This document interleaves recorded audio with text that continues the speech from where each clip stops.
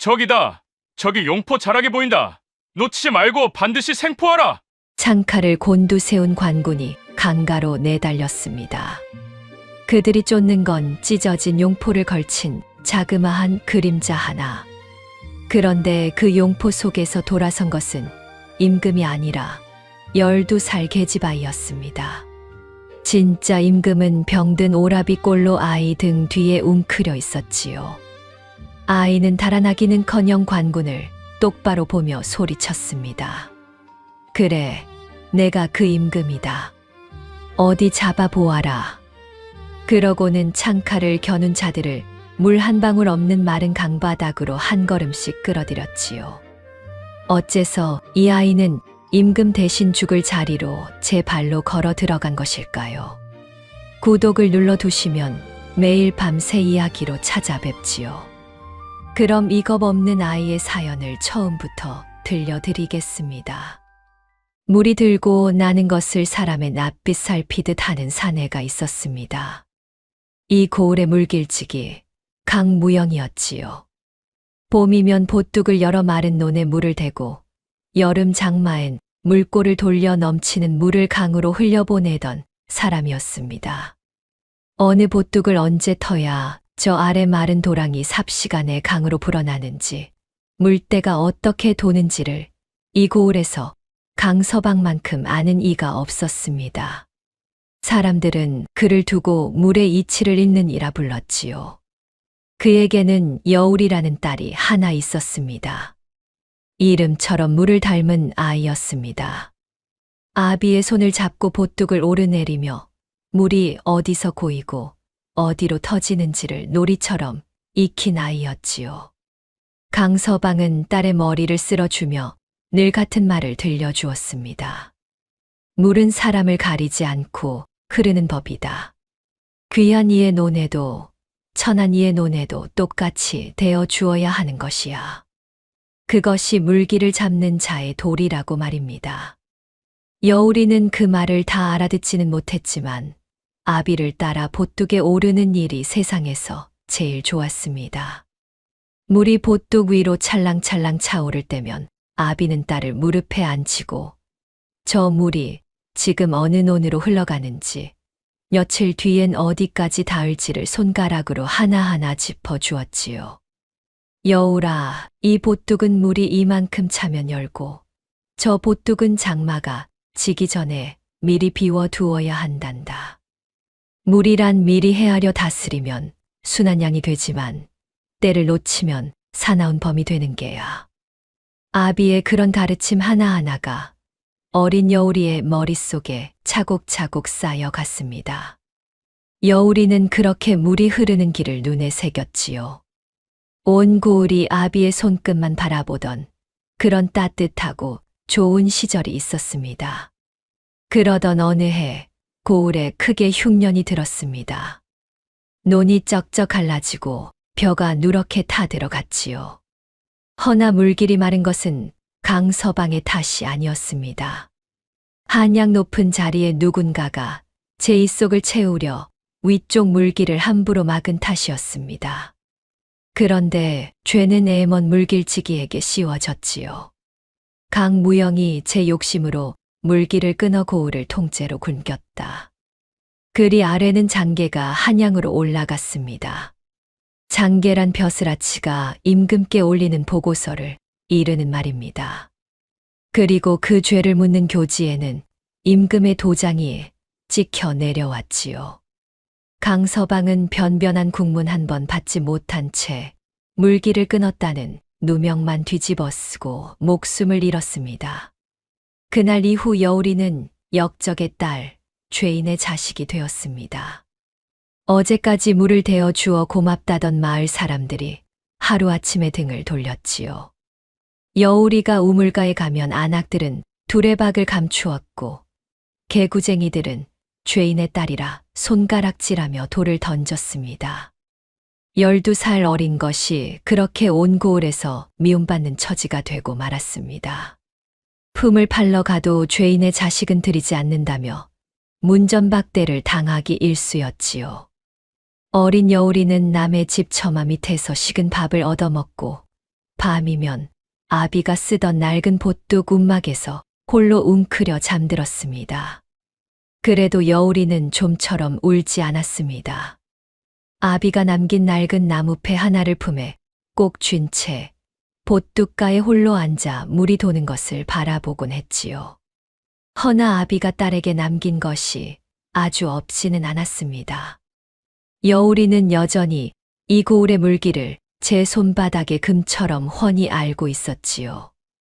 어느 보뚝이 얼마나 물을 머금었는지, 그 보뚝을 한번 터뜨리면 물이 몇 순 만에 어디까지 차오르는지 아이는 눈을 감고도 그려낼 수 있었습니다. 그리고 아비의 마지막 말을 가슴 깊이 묻어두었습니다. 물은 사람을 가리지 않고 흐른다. 그때만 해도 여우리는 그 말이 훗날 제 목숨을 걸게 할 줄은, 그것도 제 아비를 죽인 바로 그 손을 도로 살리게 할 줄은 꿈에도 알지 못했습니다.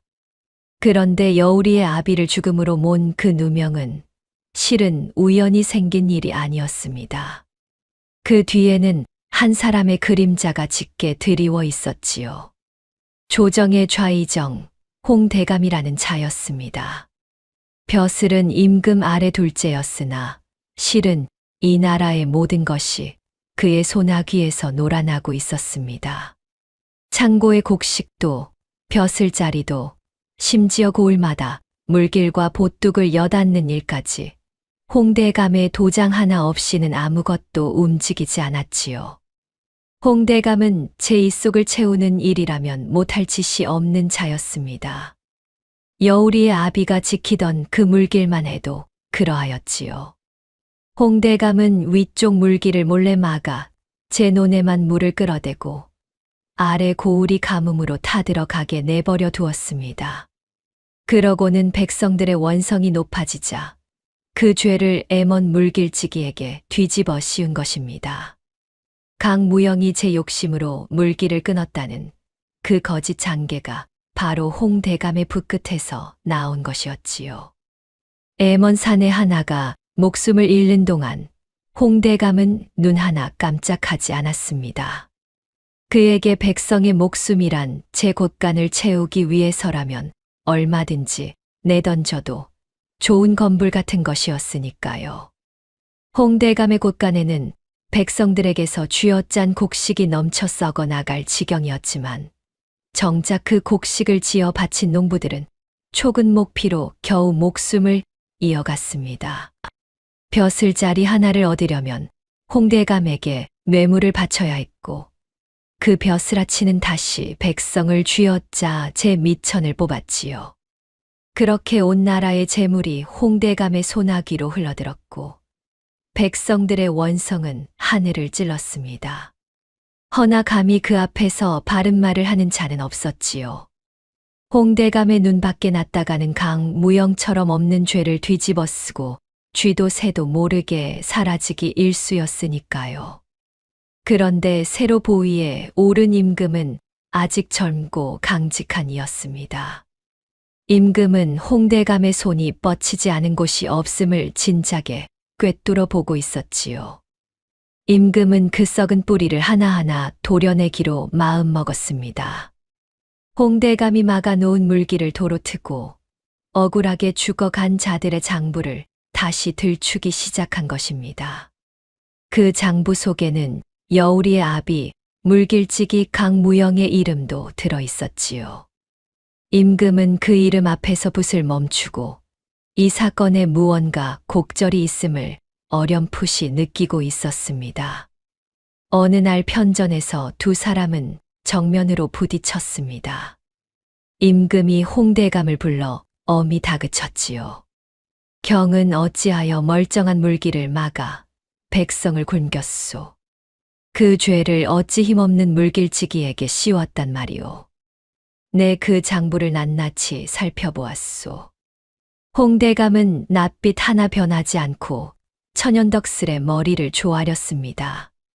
전하, 신은 그저 나라의 법도를 따랐을 뿐이옵니다. 이미 죽은 자는 말이 없으니 지나간 일을 새삼 들추어 무엇하시렵니까? 부디 옥체를 보전하시어 큰일에만 마음을 쓰시옵소서. 겉으로는 지극히 공손한 말이었으나 그 속에는 젊은 임금을 향한 서슬 푸른 경고가 시퍼렇게 숨어 있었지요. 어린 임금이 함부로 제 뿌리를 건드렸다가는 무사하지 못하리라는 그런 협박이었습니다.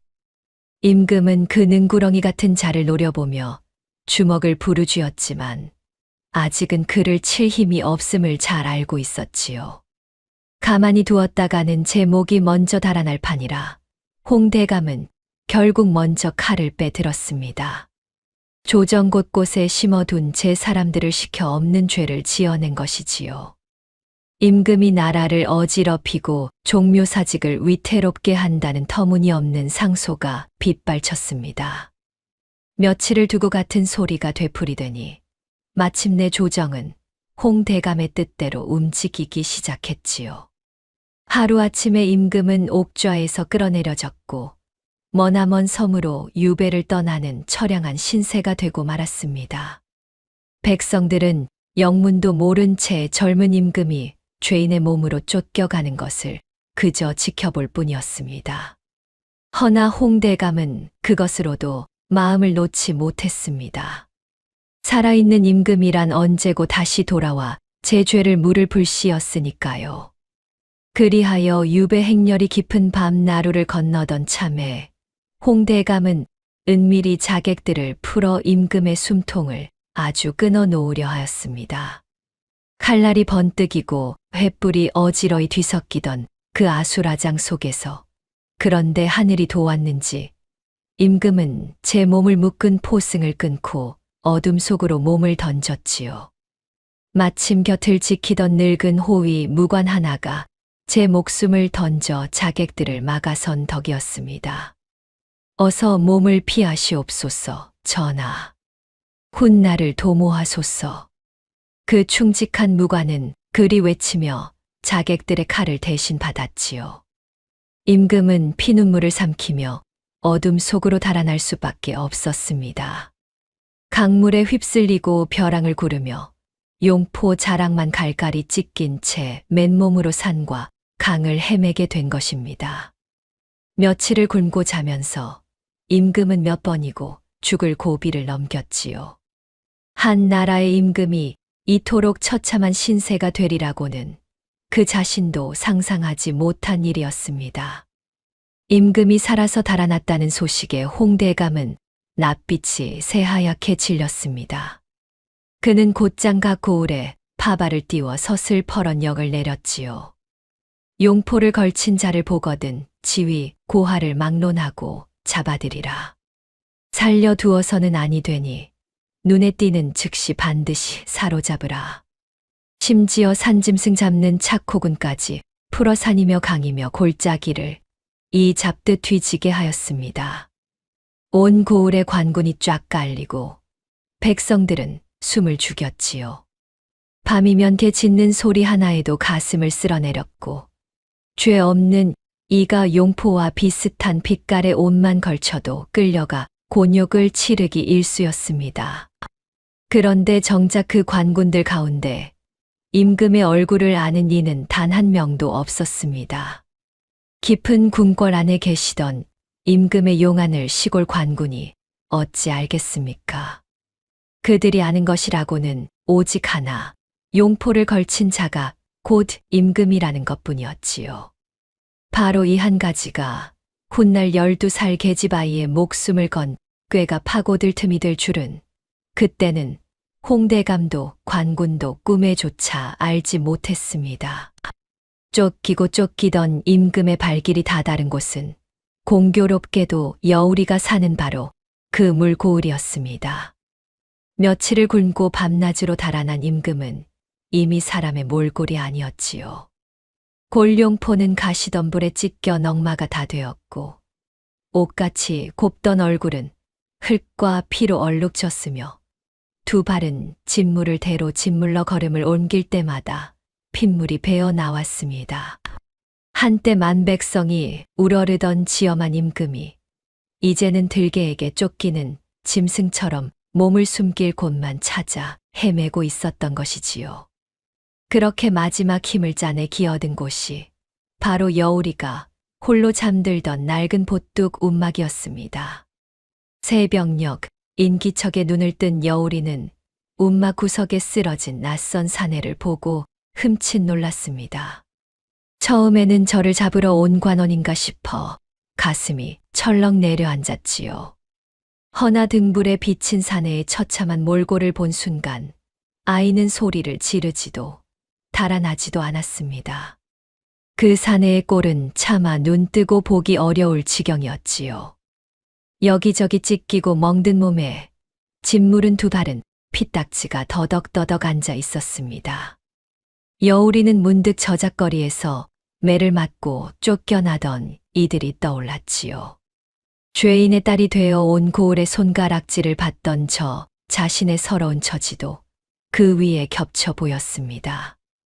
아무리 낯설고 두려워도 다 죽어가는 사람을 눈앞에 두고 모른 척 돌아설 수는 없는 노릇이었지요. 여우리는 오히려 조심스레 다가가 사내의 상처를 살폈습니다.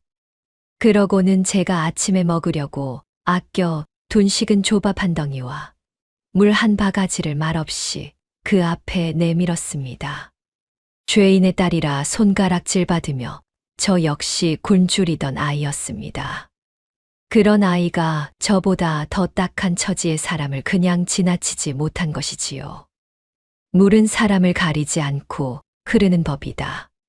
귀한 이에게도 천한 이에게도 똑같이 흘러야 한다. 아비가 남긴 그 말이 여우리의 몸에는 그렇게 뼛속 깊이 배어 있었던 것입니다. 사내는 처음엔 이 아이가 저를 관가에 넘기려는 것은 아닌가 하여 경계했습니다. 허나 여우리의 맑은 눈빛에는 아무런 꿍꿍이도 없었지요. 그저 딱한 사람을 그냥 두지 못하는 어린아이의 마음뿐이었습니다. 사내는 떨리는 손으로 조밥을 받아 허겁지겁 삼켰습니다. 며칠을 굶주린 터라 그 식은 조밥 한 덩이가 세상 그 어떤 진수성찬보다 달았지요. 여우리는 그런 사내를 물끄러미 바라보다가 제가 마시려던 물까지 마저 내밀었습니다. 다 드세요. 저는 괜찮습니다. 어린 것의 그 말에 사내는 목이 메었지요. 지엄한 자리에 있을 적에는 사내 진미도 마다하던 제가 이제는 천한 아이가 건네는 조밥 한 술에 눈물이 나는구나. 다 먹고 나서도 사내는 연신 바깥을 두려운 눈으로 살피며 몸을 떨었습니다. 그 겁에 질린 눈빛과 넝마가 된 옷자락을 본 여우리는 이 사람이 지금 누군가에게 쫓기고 있음을 단박에 알아차렸습니다. 얘야, 이 은혜는 잊지 않으마. 허나 너는 어서 나를 모른 척하거라. 나와 함께 있다가는 너까지 화를 입는다. 사내가 가쁜 숨을 몰아쉬며 그리 말하는데 그 넝마 사이로 언뜻 노란 옷자락이 드러났습니다. 여우리의 눈이 그 빛깔에 잠시 멎었지요. 임금이 아니고서는 감히 걸칠 수 없는 색, 바로 용포의 노란 빛이었습니다. 여우리의 가슴이 서늘하게 내려앉았습니다. 이 사람이 임금이라면 어쩌면 제 아비의 죄를 물어 그 교지에 도장을 찍은 바로 그 임금일지도 모를 일이었으니까요. 아비를 죽음으로 모은 그 손이 지금 제 앞에서 조밥을 얻어먹고 있는 것인지도 몰랐습니다. 잠시 아이의 눈빛이 흔들렸지요. 허나 여우리는 그 생각을 조용히 삼켰습니다. 눈앞에서 다 죽어가는 사람을 두고 원수인지 아닌지를 먼저 따지는 것은 아비가 가르친 마음이 아니었으니까요. 지금은 그저 이 사람을 살리는 것이 먼저였습니다. 바로 그때 멀리 고갯마루 너머에서 관군의 횃불이 벌겋게 어른거리기 시작했습니다. 하나둘이던 불빛이 순식간에 수십 개로 불어나 마치 붉은 강물처럼 산기슭을 타고 흘러내렸지요. 그 불빛 사이로 쇠붙이가 부딪는 소리와 사내들의 거친 고함이 밤바람을 타고 실려왔습니다. 사내의 얼굴이 백지장처럼 하얗게 질렸지요. 곧 마을 어귀가 소란해졌습니다. 용포를 걸친 자를 잡으라는 관군의 외침이 점점 가까워졌지요. 사내의 얼굴은 절망으로 하얗게 질렸습니다. 이대로라면 꼼짝없이 붙잡혀 그 자리에서 목숨을 잃을 판이었으니까요. 달아나려 해도 짓무른 두 발로는 열 걸음도 떼기 어려웠고 숨으려 해도 이 좁은 움막은 관군이 문만 열면 그만이었습니다. 사내는 체념한 듯 눈을 감았습니다. 옛까지가 제 명줄인가 보다 그리 여긴 것이지요. 바로 그 순간 여우리의 눈이 번쩍 빛났습니다. 아이는 다급히 사내에게 다가가 그 찢어진 용포를 벗기기 시작했지요. 사내가 영문을 몰라 손을 뿌리치려 하자 여우리는 낮지만 또렷한 목소리로 속삭였습니다. 나리, 지금부터 제가 시키는 대로만 하시면 삽니다. 이 옷을 저에게 주세요. 그리고 나리는 병들어 죽어가는 제 오라비인 척 저 구석에 누워 계세요. 저들은 나리 얼굴을 모릅니다. 그저 용포를 걸친 자만 쫓을 뿐이지요. 그러니 용포는 제가 입겠습니다. 사내는 제 귀를 의심했습니다. 천한 계집아이가 감히 임금의 용포를 걸치겠다니. 이는 목이 10개라도 모자랄 대역죄였으니까요. 아니 된다. 그것은 내가 죽을 짓이다. 나 때문에 너까지 화를 입을 수는 없다. 사내가 떨리는 목소리로 아이의 손을 붙들며 말렸습니다. 허나 여우리는 그 망설임을 기다려 주지 않았지요. 나리, 지금 이러실 겨를이 없습니다. 저들은 나리 얼굴을 모르니 용포만 다른 데로 끌고 가면 나리는 삽니다. 저는 이 고울 물기를 훤히 아는 아이라 저들을 따돌릴 수 있습니다. 부디 저를 믿어주세요. 아이의 두 눈에는 12살이라고는 믿기지 않는 결기가 서려 있었지요. 날이 한 분 살리자고 온 고을이 위태로워질 수는 없습니다. 저 하나 나서면 다 삽니다. 여우리는 그리 잘라 말하고는 사내가 더 말릴 새도 없이 잽싸게 용포를 제 몸에 걸쳤습니다. 어른 옷이라 소매자락이 땅에 질질 끌리고 옷깃이 발을 덮었지만 아이는 개의치 않았지요. 그러고는 사내의 머리를 마구 헝클어 놓고 재를 한 줌 집어 얼굴에 문질러 다 죽어가는 병자처럼 꾸몄습니다. 날이 무슨 일이 있어도 앓는 소리만 내시고 절대 일어나지 마세요. 얼굴을 보이시면 안 됩니다. 여우리는 그리 단단히 이른 뒤 사내를 움막 한 귀퉁이 어두운 곳에 눕혔지요. 그러고는 잠시 숨을 고르고 제 손으로 움막문을 활짝 열어 젖혔습니다. 관군의 눈에 그 노란 용포 자락이 똑똑히 보이도록 말입니다. 심장이 방망이질 쳤지만 아이는 애써 태연한 척 문가에 나서 섰지요. 아이가 그 작은 가슴에 어떤 무서운 계책을 품고 있는지 그때는 임금도 관군도 그 누구도 알지 못했습니다. 용포 자락을 발견한 관군들이 벌떼처럼 움막으로 몰려들었습니다. 저기다, 저기 용포가 있다. 놓치지 마라. 관군의 우두머리는 창을 고추 세우며 목청을 높였지요. 그런데 움막에서 걸어 나온 것은 수염난 사내가 아니라 어른 용포를 질질 끌다시피 걸친 조그만 계집아이였습니다. 관군들은 잠시 어리둥절해 서로의 얼굴만 쳐다보았지요. 이게 어찌 된 일인가? 죄인은 장정이라 하지 않았느냐? 저런 계집아이가 어찌 용포를 걸치고 있느냐? 그리 수군대는 소리가 오갔습니다. 허나 우두머리는 이내 눈을 부라리며 다그쳤지요. 내 인연 그 용포를 어디서 훔쳤느냐? 용포 입은 죄인은 어디로 숨었느냐? 바른 대로 되지 못할까? 여우리는 조금도 떨지 않았습니다. 아이는 오히려 한 걸음 앞으로 나서며 당돌하게 맞받았지요. 훔치다니요. 이 몸이 바로 나리들이 그토록 찾아 헤매는 그 사람입니다. 잡을 테면 어디 한번 잡아보시지요. 그 맹랑한 대꾸에 관군들은 기가 막혀 헛웃음을 터뜨렸습니다. 저 조그만 계집아이가 겁도 없이 관군을 놀리다니 참으로 어이가 없었던 것이지요. 전연이 실성을 했나, 감히 어디서 주둥이를 놀리느냐. 우두머리가 눈을 부라렸지만 여우리는 눈 하나 깜짝하지 않았습니다. 오히려 아이는 관군들을 약 올리듯 혀를 쏙 내밀어 보였지요. 잡을 테면 잡아보라니까요.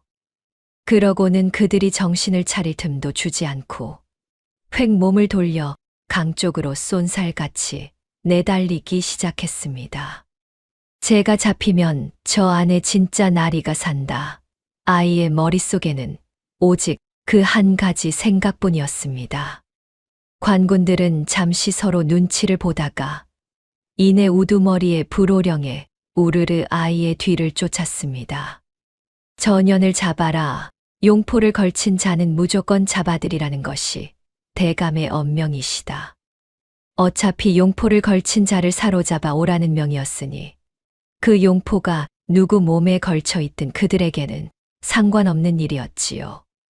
여우리가 관군을 이끌고 내려간 곳은 마을 아래 바싹 마른 강바닥이었습니다. 한여름 모진 가뭄에 물이 죄다 말라붙어 허연 자갈과 쩍쩍 금간 진흙만 끝없이 드러난 너른 강바닥이었지요. 사람 키에 몇 곱절은 됨 직한 강둑이 양옆으로 까마득히 솟아있고 그 사이 움푹 팬 바닥은 마치 커다란 함지박의 밑바닥 같았습니다. 여우리는 그 한복판을 향해 겁도 없이 저벅저벅 걸어 들어갔습니다. 관군들은 코앞에 계집아이 하나 잡는 일이라 조금도 서두르지 않았지요. 낄낄대며 아이의 뒤를 따라 강바닥 깊숙이 들어서면서 아이 하나 잡자고 이 무슨 고생이냐. 오늘 밤은 틀렸으니 어서 잡고 술이나 한잔하자. 그런 소리를 짓거리는 자도 있었습니다. 관군의 우두머리는 유난히 콧대가 높은 자였습니다. 좌이정 홍대감의 총애를 등에 업고 그동안 온갖 횡포를 부려온 자였지요. 그는 다 큰 사내들이 창칼을 들고 겨우 계집아이 하나의 꽁무니를 쫓는 이 꼴이 영 마뜩잖았습니다. 저까지 어린 것이 도망쳐봤자 벼룩이지 곧 제 풀에 지쳐 나자빠질 게다. 우두머리는 그리 비웃으며 부하들을 다그치기는커녕 도리어 느긋하게 팔짱을 끼고 어슬렁어슬렁 걸음을 옮겼습니다. 마른 강바닥의 자갈이 발밑에서 서걱서걱 밟혔지요. 제가 지금 딛고 선 그 땅이 곧 제 무덤이 되리라고는 그 거만한 우두머리도 꿈에조차 생각지 못했습니다. 여우리는 그런 관군들을 곁눈질하며 저들이 강바닥 가장 깊은 곳에 완전히 들어설 때까지 한 걸음, 또 한 걸음 시간을 끌었습니다. 허나 여우리의 마음속은 그 겉모습과는 사뭇 달랐습니다. 아이는 비틀대며 걷는 척하면서도 걸음을 옮기는 내내 저 위쪽 강상류의 보뚝을 곁눈질로 살피고 있었지요. 그 보뚝으로 말할 것 같으면 진한 장맛비를 가득 머금어 금방이라도 터질 듯 물이 그득 차오른 보뚝이었습니다. 아비를 따라 수도 없이 오르내리며 여우리가 손바닥에 금처럼 익힌 바로 그 보뚝 말입니다. 마른 강바닥이 이토록 넓고 깊게 팬 것도 실은 위쪽 보뚝이 물을 죄다 가두고 있는 탓이었지요. 저 보뚝의 물꼬를 한번 트기만 하면 이 텅 빈 강바닥은 눈 깜짝할 사이에 사람 키를 훌쩍 넘는 시퍼런 급류로 뒤덮인다는 것을 이 세상에서 오직 여우리 한 사람만이 알고 있었습니다. 아이는 속으로 아비가 들려주던 가르침을 하나하나 되짚었습니다.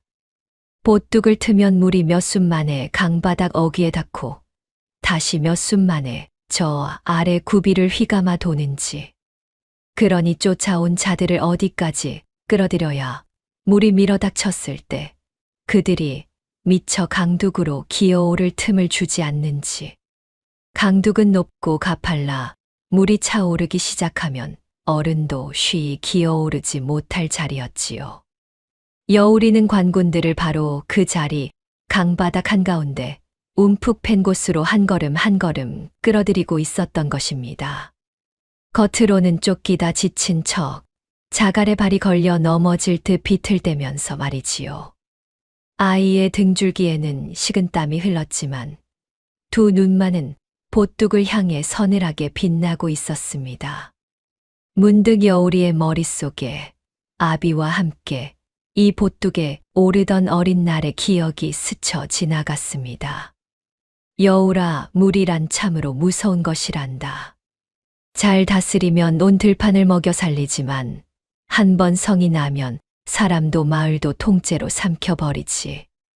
그러니 물기를 잡는 자는 언제나 겸손하고 또 조심해야 하는 게야. 아비는 그리 말하며 어린 딸의 머리를 쓸어주곤 했지요. 그때는 그 말이 무슨 뜻인지 다 알지 못했습니다. 허나 아비를 죽인 자들을 제 손으로 물에 잠기게 하려는 바로 이 순간, 여우리는 그 말의 무게를 온몸으로 느끼고 있었습니다. 아버지, 저는 지금 무서운 일을 하려 합니다. 허나 이것 말고는 저 안에 사람을 살릴 길이 없습니다. 부디 제 손을 붙들어 주세요. 아이는 속으로 그렇게 빌며 떨리는 다리에 힘을 주었지요. 그러는 사이에도 관군들은 아무것도 모른 채 여우리가 이끄는 대로 강바닥 한복판 가장 낮은 웅덩이까지 꾸역꾸역 몰려들고 있었습니다.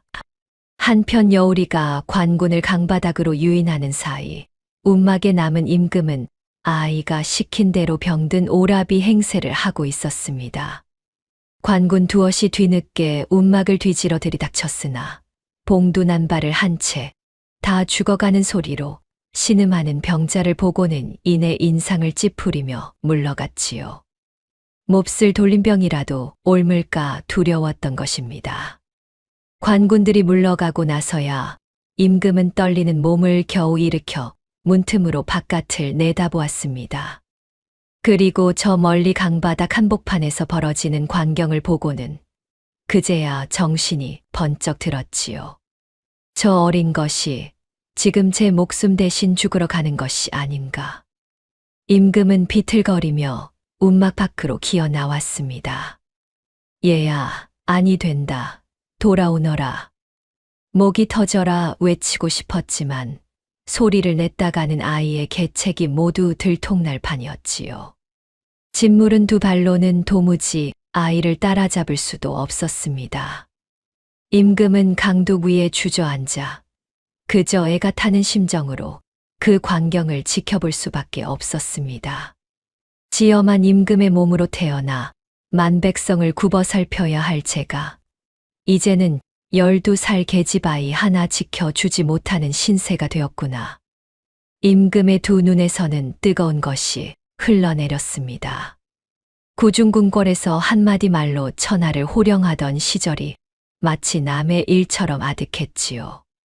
그때는 제 발밑에서 무슨 일이 벌어지는지, 백성들이 어떤 서름을 삼키며 사는지 미처 헤아리지 못했습니다. 저 어린 것이 목숨을 걸고 저를 지키는 이 순간에야 임금은 비로소 한 사람의 목숨이 얼마나 무거운 것인지를 뼈저리게 깨닫고 있었지요. 임금은 부르준 주먹으로 마른 땅을 소리 없이 내리쳤습니다. 부디 저 아이를 살려주소서. 저 아이를 데려가려거든 차라리 이 못난 나를 데려가소서. 임금은 그렇게 하늘을 향해 빌고 또 빌었습니다. 그의 가슴 속에는 온갖 의문이 어지러이 소용돌이 쳤지요. 저 아이는 대체 누구이기에 생판남인 나를 위해 목숨을 내던지는가? 어찌하여 하필 물 한 방울 없는 마른 강바닥으로 관군을 끌고 들어가는가? 저 텅 빈 강바닥에서 아이가 노리는 것은 대체 무엇이란 말인가? 임금은 도무지 그 속을 헤아릴 수가 없었습니다. 다만 저 멀리 용포를 걸친 작은 그림자가 허연 강바닥 한복판에서 창칼을 든 관군들에게 둘러싸이는 것을 두 주먹을 부르쥔 채 지켜볼 뿐이었지요. 그리고 바로 그때였습니다. 여우리가 걸음을 뚝 멈추더니 천천히 고개를 돌렸습니다. 쫓아온 관군들이 아니라 저 위쪽 물이 그득 찬 보뚝을 향해서 말입니다. 다음 순간 여우리는 돌연 몸을 획틀어 보뚝 쪽 좁은 샛길로 쏜살같이 내달리기 시작했습니다. 그 샛길은 아비가 보뚝을 오르내리며 밟아 다지던 오직 여우리만 아는 지름길이었지요. 관군들은 뒤통수를 맞은 듯 잠시 멍하니 섰다가 이내 우두머리에 고함의 아이를 뒤쫓았습니다. 전연이 달아난다. 잡아라. 허나 발이 문제였지요. 관군들은 무거운 갑옷에 창칼까지 든 몸으로 쩍쩍 갈라진 진을 바닥에 자꾸만 발이 빠졌습니다. 반면 여우리는 맨발에 몸도 가벼워 다람쥐처럼 강바닥을 가로질러 보뚝 위로 훌쩍 뛰어올랐지요. 보뚝 위에 오른 여우리는 조금도 지체하지 않았습니다. 아이는 아비가 물꼬를 여닫던 바로 그 자리로 달려가 보뚝을 막고 있던 굵은 말뚝에 온몸의 힘을 실었지요. 허나 그 말뚝은 어른도 쉬이 뽑지 못할 만큼 단단히 박혀 있었습니다. 12살 어린 것이 감당하기엔 참으로 벅찬 일이었지요. 여우리는 이를 악물고 매달렸지만 말뚝은 좀처럼 꿈쩍도 하지 않았습니다. 저 아래 강바닥에서는 속은 것을 눈치챈 관군들이 고래고래 소리를 지르며 보뚝을 향해 몰려오고 있었지요.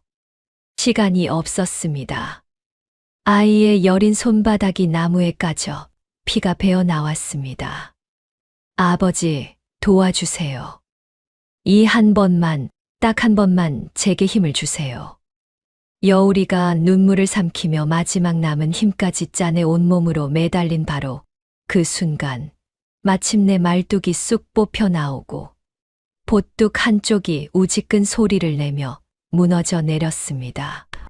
그 순간 세상을 뒤흔드는 굉음이 터져 나왔습니다. 진한 장맛비를 고스란히 머금고 있던 보뚝의 물이 한꺼번에 아가리를 벌리며 마른 강바닥으로 쏟아져 내린 것입니다. 시퍼런 물기둥이 흙먼지를 일으키며 강바닥을 향해 곤두박질 쳤지요. 그제야 관군들은 제가 어떤 함정에 걸려들었는지 깨달았습니다. 저들이 낄낄대며 걸어 들어온 그 움푹 팬 강바닥이 실은 사방이 높은 강둑으로 둘러싸인 거대한 물독의 밑바닥이었던 것이지요. 물이다, 물이 온다. 관군들은 그제야 비명을 지르며 강둑으로 기어오르려 발버둥 쳤습니다. 허나 이미 늦었지요. 사람 키에 몇 곱절이나 되는 가파른 강둑은 갑옷 입은 장정들이 기어오르기에는 너무 높고 미끄러웠습니다.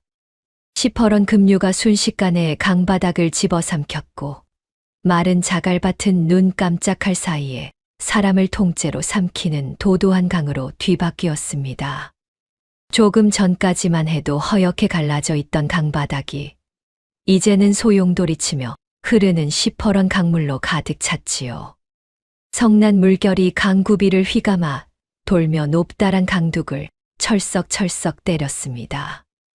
보뚝 하나에 얌전히 갇혀있던 물이 한번 풀려나자 이토록 무서운 힘을 뿜어낸다는 것을 그 자리에 있던 누구도 미처 알지 못했던 것입니다. 여우리를 얕보고 강바닥 깊숙이 들어섰던 관군들은 그렇게 제가 판 무덤에 제 발로 걸어 들어간 꼴이 되고 말았지요. 강물이 쏟아져 내리는 소리는 마치 1000마리 황소가 한꺼번에 우는 것 같았습니다. 거만하던 우두머리도 그제야 팔짱을 풀고 강둑을 향해 허둥지둥 기어오르려 하였으나 제 몸을 감싼 갑옷의 무게가 도리어 발목을 붙들었지요. 저까지 계집아이가 저까지 것이 어찌 이런 일을. 그 말을 채 맺지도 못한 채 우두머리의 모습은 시퍼런 물살 속으로 잠겨들었습니다. 이야기가 차마 눈 뜨고 보기 어려운 지경에 이르렀으니 그 뒤의 일은 굳이 자세히 옮기지 않겠습니다. 다만 이튿날 해가 훤히 떠올랐을 때 그 너른 강바닥에는 부러진 창대 몇 자루와 떠내려온 투구만이 진흙에 처박혀 있었다고 하지요. 어린아이 하나를 얕보고 그 아이가 이끄는 대로 죽음의 자리까지 제 발로 걸어 들어간 자들의 참으로 허망하고도 마땅한 끝이었습니다. 하늘도 무심치 않아 애먼 목숨을 짓밟던 자들에게 그 값을 치르게 한 것이지요. 이윽고 성난 물살이 잦아들고 강바닥에 다시 고요가 찾아왔을 때 그 자리에 서 있는 사람은 아무도 없었습니다. 여우리는 보뚝 위 높다란 바위에 홀로 앉아 젖은 용포 자락을 두 손에 꼭 움켜쥔 채 그 광경을 말없이 내려다보고 있었지요. 12살 아이의 몸은 사시나무처럼 떨렸습니다. 무섭지 않은 것이 아니었습니다. 사람이 눈앞에서 물에 잠기는 것을 지켜보는 일이 어찌 두렵지 않았겠습니까? 다만 아비를 죽인 자들에게 결코 굽히지 않겠다는 오기와 저 안의 사람을 반드시 살려야 한다는 마음이 그 두려움을 억누르고 있었을 뿐이지요. 여우리의 눈에서 소리 없이 눈물이 흘러내렸습니다. 아버지, 저는 오늘 사람을 해쳤습니다. 허나 저들을 살려두었다면 죄 없는 나리가 또 이 고울이 온전치 못했을 것입니다. 아이는 젖은 얼굴을 무릎에 파묻고 한참을 그렇게 앉아 있었습니다. 강둑 위에서 이 모든 광경을 지켜보던 임금은 그만 넋을 잃고 말았습니다. 죽음의 자리로 걸어 들어가는 줄로만 알았던 아이가 도리어 저를 쫓던 무리를 통째로 물에 잠기게 하고 홀로 살아남은 것이지요. 12살 계집아이가 보뚝 하나로 무장한 관군의 무리를 쓸어버리다니 이는 사람의 재주라기보다 차라리 하늘의 조화에 가까웠습니다. 임금은 벌어진 입을 다물지 못한 채 보뚝 위에 홀로 선 그 작은 그림자를 하염없이 바라보았지요. 임금은 떨리는 다리를 이끌고 보뚝을 향해 걸음을 옮겼습니다. 이윽고 두 사람이 마주 섰을 때 임금은 차마 말을 잇지 못하고 아이를 바라보기만 했지요. 얘야, 어찌 이런 일을 벌였느냐? 대체 어떻게 저 마른 강바닥에서 물을 불러냈단 말이냐? 여우리는 젖은 소매자락으로 얼굴을 훔치며 담담히 입을 열었습니다. 저 보뚝은 지난 장마의 물을 그득 담고 있었습니다. 마른 강바닥은 한 번 물이 들면 사방이 막혀 빠져나갈 데가 없지요. 어느 보뚝에 물이 얼마나 찼는지, 그것을 트면 물이 몇 순 만에 어디까지 차오르는지 저는 어려서부터 아비의 손을 잡고 배웠습니다. 이 고을 물길이라면 눈을 감고도 훤히 그릴 수 있지요. 그 담담한 말에 임금은 형언할 수 없는 감정에 휩싸였습니다. 임금은 여우리의 설명을 들으며 새삼 온몸에 소름이 돋았지요. 보뚝과 물때를 이토록 훤히 꿰뚫는 재주는 결코 하루아침에 익힐 수 있는 것이 아니었습니다. 필시 오랜 세월 물길과 더불어 살아온 집안의 아이일 터였지요. 이 어린 것이 대체 누구이기에 이토록 놀라운 재주를 지니고 또 생판남인 나를 위해 제 목숨을 걸었단 말인가. 어찌하여 이런 아이가 마을에서 멀리 떨어진 그 낡은 보뚝 움막에서 홀로 지내고 있었단 말인가. 임금의 가슴 속에서는 여우리의 정체를 향한 물음이 걷잡을 수 없이 커져만 갔습니다. 허나 여우리는 그저 젖은 용포를 벗어 임금에게 도로 건넬 뿐 제 이야기는 한마디도 꺼내지 않았지요. 임금은 여우리의 손을 붙들고 간곡히 물었습니다. 얘야, 너는 대체 네 집 아이냐? 이 은혜를 갚아야 하니 내 이름과 내력을 말해다오. 허나 여우리는 그저 고개를 저을 뿐이었지요. 저는 그저 이 물가에 사는 이름 없는 아이일 뿐입니다. 날이 깨서는 어서 몸을 피하시지요. 아이는 제 내력을 한사코 감추었습니다.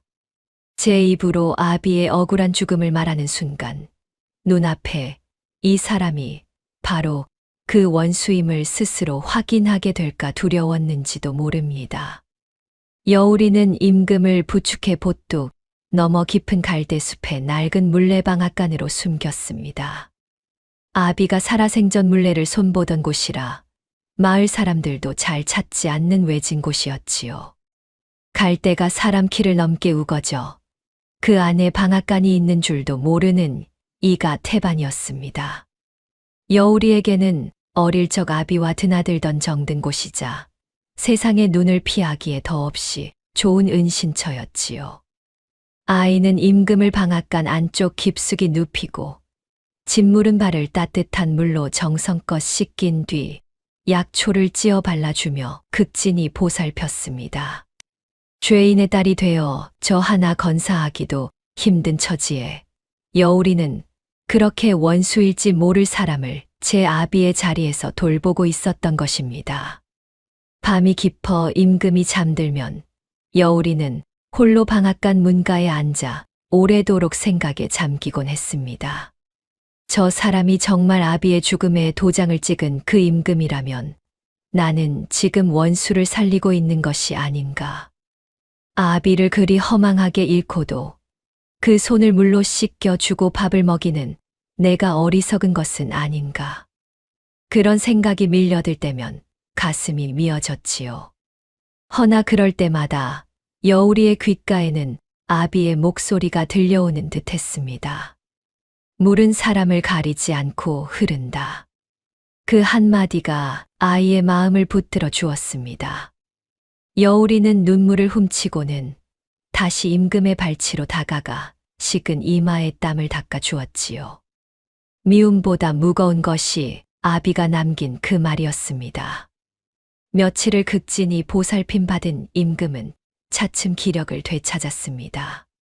임금은 여울이의 손끝이 닿을 때마다 이 어린 것이 어찌 이토록 갸륵한가 싶어 가슴이 먹먹해졌지요.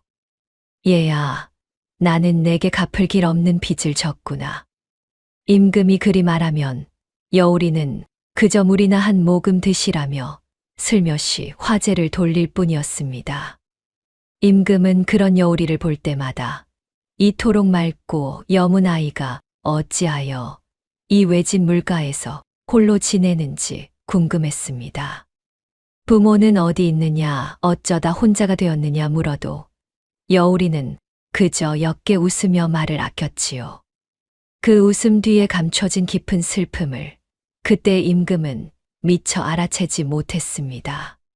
제가 바로 그 슬픔의 씨앗을 뿌린 장본인이라는 것도 아직은 알 도리가 없었지요. 한편 성난 물살에서 구사일생으로 살아 도망친 관군 하나가 있었습니다. 그 자는 밤낮으로 한양으로 내달려 홍대감 앞에 엎드려 벌벌 떨며 아뢰었지요. 대감마님, 큰일이옵니다. 용포를 걸친 자는 임금이 아니라 한낱 계집아이였고 진짜 죄인은 감쪽같이 놓쳐버렸습니다. 게다가 그 계집아이가 보뚝을 터뜨려 우리 관군을 몰살시켰사옵니다. 그 말을 들은 홍대감의 얼굴이 무섭게 일그러졌습니다. 이놈, 그게 무슨 소리냐. 한낱 계집아이가 관군을 물로 쓸어버렸다고. 홍대감은 처음엔 그 말을 믿지 못했습니다. 허나 이내 무언가를 깨닫고는 낯빛이 흙빛으로 변하며 이를 부드득 갈았지요. 보뚝을 터뜨려 마른 강바닥을 순식간에 급류로 뒤바꾸다니 그런 물길의 이치를 훤히 꿰는 자라면 필시 물길치기의 핏줄이 아니고 무엇이겠느냐. 그 물길치기라 하면 바로 제가 죄를 뒤집어 씌워 죽인 강무영이 아니던가. 죽은 자의 자식이 살아남아 제 발등을 찍은 셈이었지요. 임금이 살아있고 그 곁에 물길치기의 딸이 붙었다는 사실은 홍 대감에게 결코 살려두어서는 안 될 화근이었습니다. 이번 일이 새어나가면 제 목이 달아나는 것은 물론이요. 삼족이 멸할 판이었습니다. 홍대감은 서둘러 뒤씨를 도모했지요. 소문이 퍼지기 전에 임금과 그 계집을 함께 그것도 흔적 없이 없애야 했습니다. 당장 그 계집을 잡아들여라. 임금과 함께 쥐도 새도 모르게 없애버려라. 이번 일이 세상에 알려지면 내 놈들 목숨도 없는 줄 알아라. 홍대감은 이를 부드득 할며 명을 내렸습니다. 그러고는 이번에는 요란한 관군이 아니라 소리 없이 사람을 베는 살수들을 은밀히 물고울로 내려보냈지요. 얼마 지나지 않아 검은 옷을 입은 자들이 여우리의 물레방앗간 주위를 그림자처럼 어슬렁거리기 시작했습니다. 여우리는 물가에서 자란 아이라 짐승의 발소리 하나, 바람의 결 하나에도 예민했지요. 아이는 며칠 전부터 방앗간 주위에 낯선 기운이 감도는 것을 어렴풋이 느끼고 있었습니다. 밤이면 갈대숲에서 부스럭거리는 소리가 났고, 아침이면 이슬 젖은 풀밭에 낯선 발자국이 찍혀 있었지요.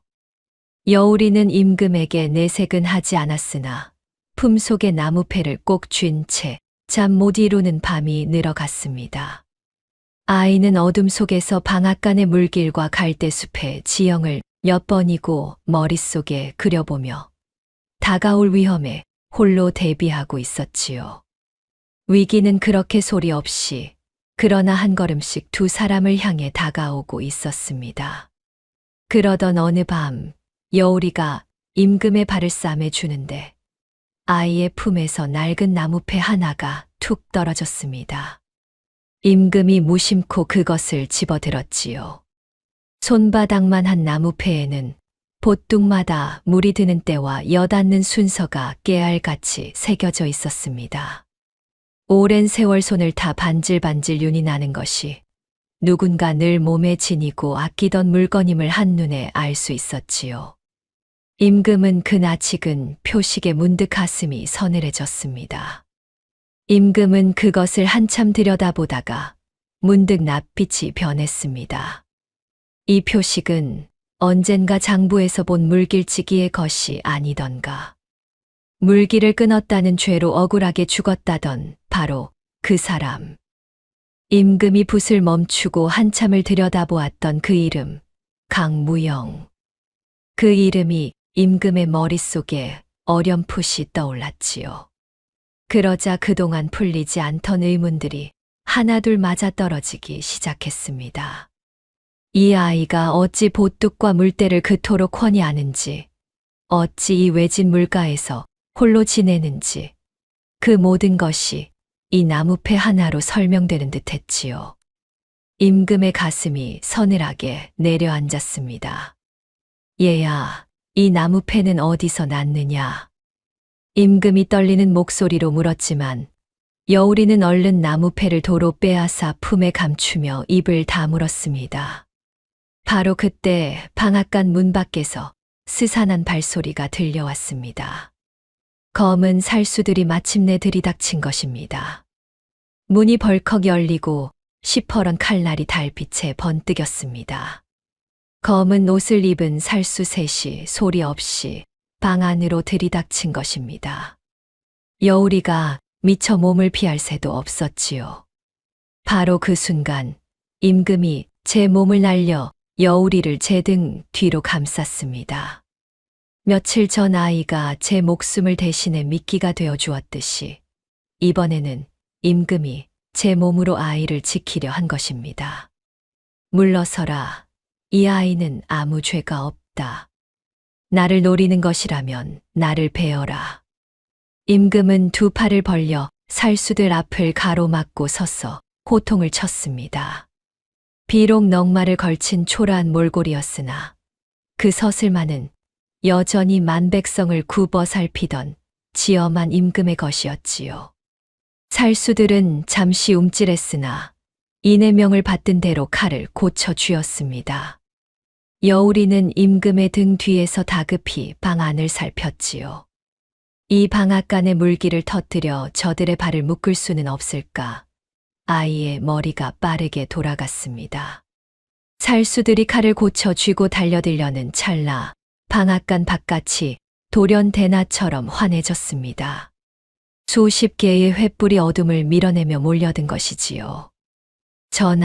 전하께서 여기 계셨사옵니까? 우렁찬 외침과 함께 갑주를 갖춘 군사들이 살수들을 순식간에 에워쌌습니다.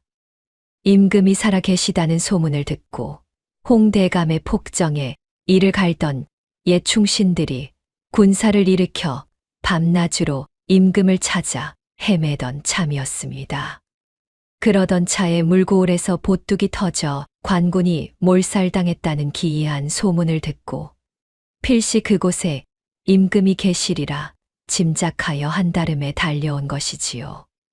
그 충신들이 마침내 이 외진 물레방앗간까지 당도한 것입니다.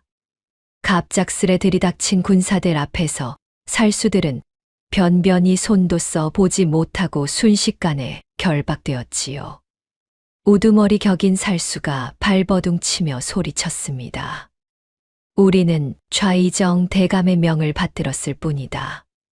그 말에 충신들의 얼굴이 굳어졌습니다. 임금을 시해하려는 손이 여전히 좌의정에게서 뻗어나오고 있음을 확인한 것이지요.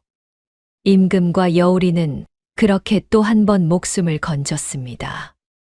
임금은 여우리를 끌어안고 이제 다 끝났다. 내 덕에 내가 2번을 살았구나 하고 떨리는 목소리로 되뇌었습니다. 한숨을 돌린 뒤 임금은 여우리를 조용히 마주 앉혔습니다. 그러고는 품에서 아까 그 나무패를 꺼내 아이 앞에 내려놓았지요. 얘야, 이제는 숨기지 말거라. 이 표식은 물길지기 강무영의 것이 아니냐. 너는 그 사람의 딸이지. 여우리는 더는 감출 수 없음을 알고 조용히 고개를 끄덕였습니다.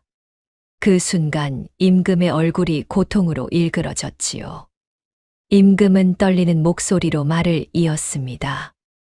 나는 장부에서 그 이름을 보았다. 물기를 끊었다는 죄로 억울하게 죽은 물길치기. 헌데 그 죄를 물어 교지에 도장을 찍은 것이 바로 나였다. 얘야, 내 아비를 죽인 것이 다름 아닌 이 사람이다. 임금은 차마 아이의 눈을 마주 보지 못하고 고개를 떨구었습니다. 저를 살린 아이가 하필 제가 죽인 사람의 자식이었다니. 그 기막힌 사실 앞에 임금은 몸둘 바를 몰랐지요. 그런데 여우리의 대답은 임금의 예상과 전혀 달랐습니다. 압니다. 처음부터 알고 있었습니다. 나리의 넝마 사이로 용포를 본 그 순간부터 어쩌면 이분이 그 교지의 임금일지 모른다고 생각했습니다. 임금은 소스라치게 놀랐습니다. 알면서 알고도 어찌 나를 살렸단 말이냐. 원수를 살리다니 그게 될 법이나 한 일이냐. 여우리의 2 눈에서 그의 참았던 눈물이 주르르 흘러내렸습니다. 어찌 원망이 없었겠습니까? 아비를 잃던 날 어린 여우리는 세상이 통째로 무너지는 것만 같았지요. 밤마다 아비를 부르며 베개싯을 적셨고 저를 죄인의 딸이라 손가락질하는 세상이 사무치게 미웠습니다.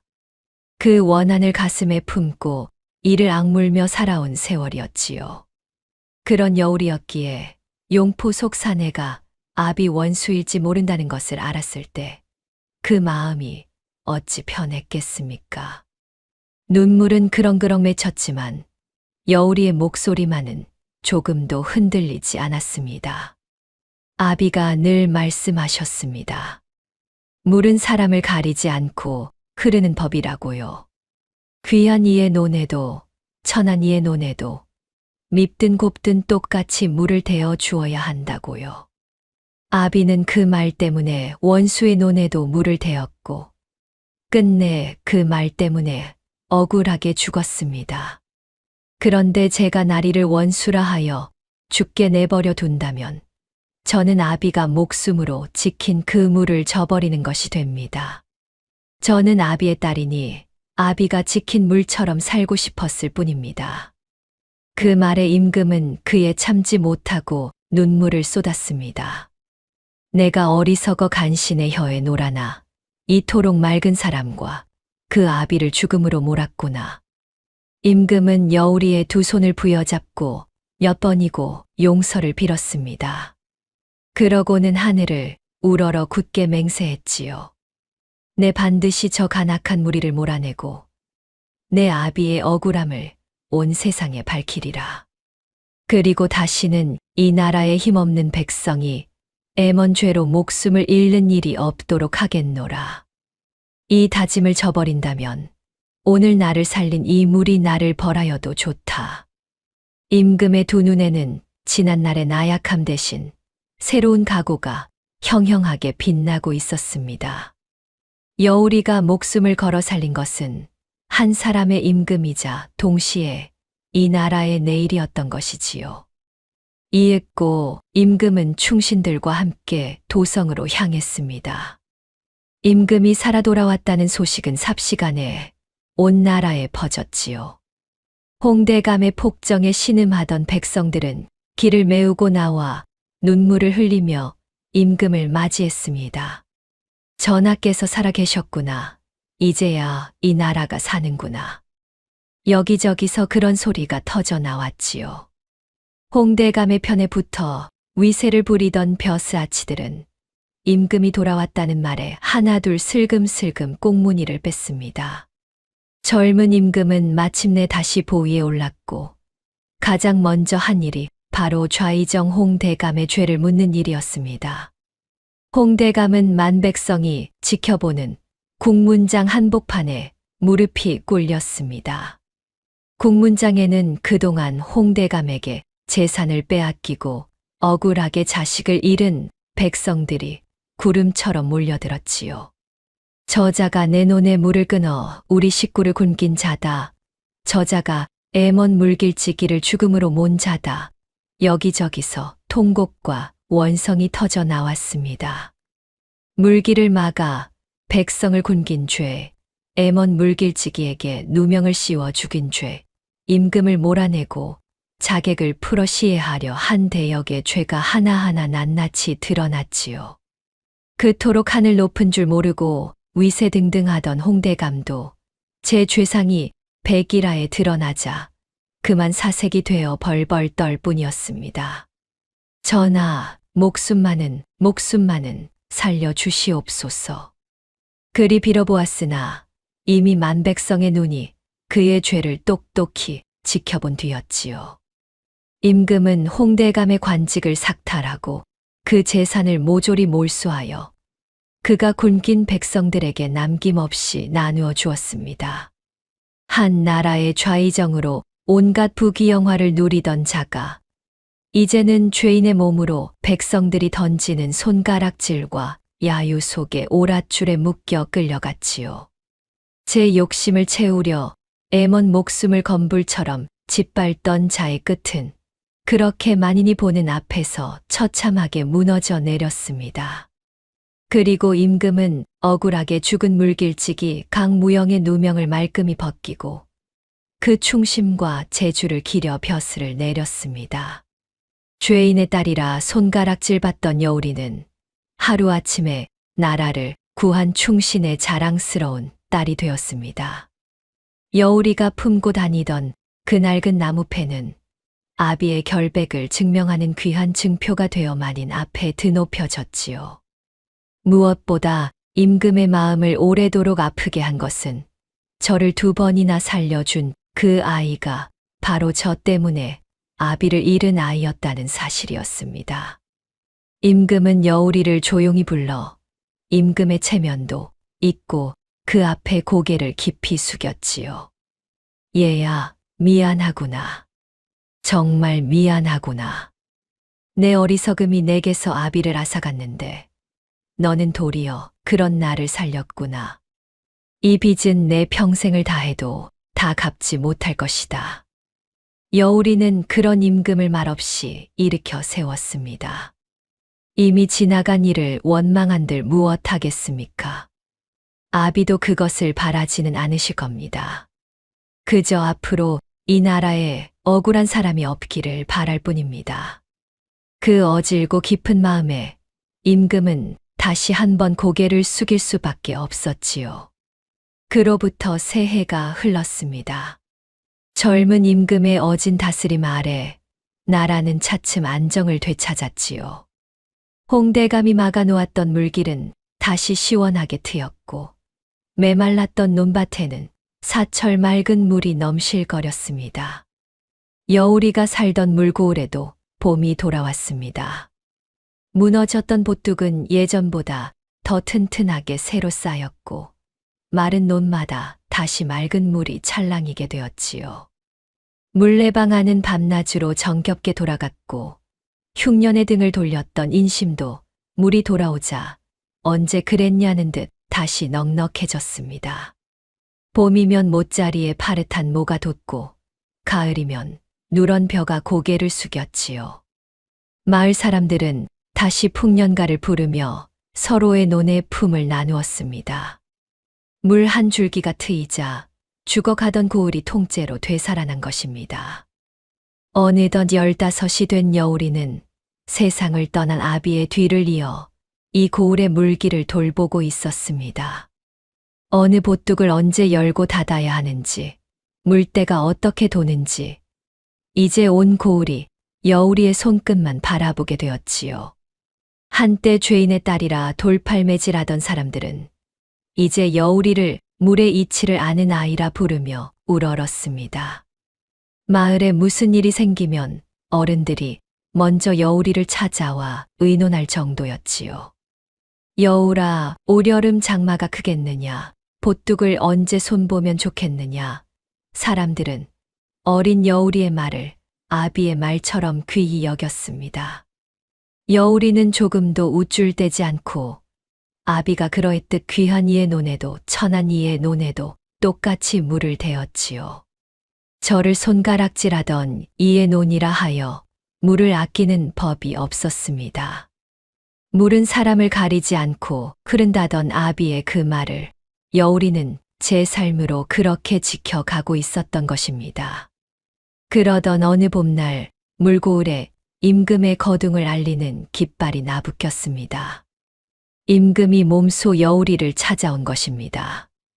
마을은 발칵 뒤집혔지요.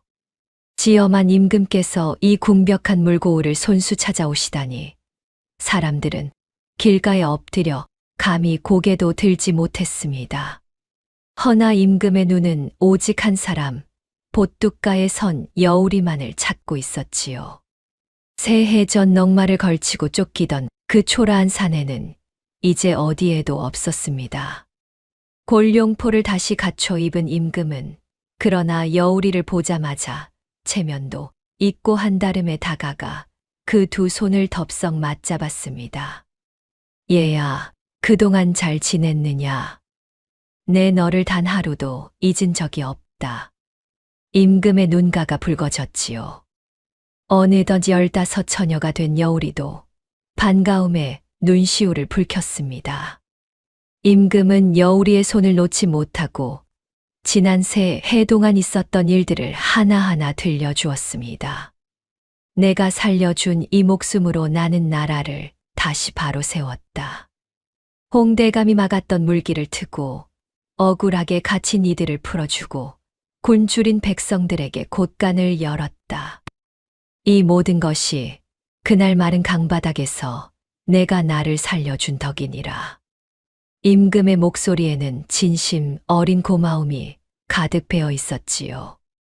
그날 내 말이 아니었다면 지금의 나도 지금의 이 나라도 없었을 것이다. 나는 그 은혜를 하루도 잊은 적이 없다. 임금은 여우리에게 뜻밖의 말을 꺼냈습니다. 너의 재주와 마음이 참으로 귀하니 나를 따라 도성으로 가자꾸나. 궁에서 비단옷을 입고 부족함 없이 살게 해주마. 내가 원한다면 무엇이든 들어주겠다. 허나 여우리는 잔잔히 웃으며 고개를 저었습니다.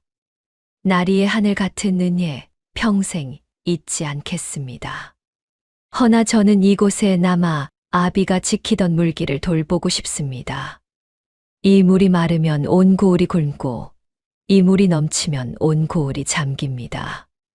누군가는 이 물가에 남아 물때를 살피고 보뚝을 돌보아야 하지요. 아비가 그러했듯 저도 이 물가에서 사람들에게 물을 대어주며 살고 싶습니다. 공의 비단옷보다 제게는 이 보뚝에서 바라보는 물결이 더 곱습니다. 여우리의 그 말에는 아비를 잃고도 흔들리지 않던 그 고든 마음이 그대로 담겨 있었습니다. 그 대답에 임금은 잠시 말을 잃었다가 이내 흐뭇하게 고개를 끄덕였습니다. 과연 그 아비의 그 딸이로구나. 내 뜻이 정 그렇다면 그리하여라.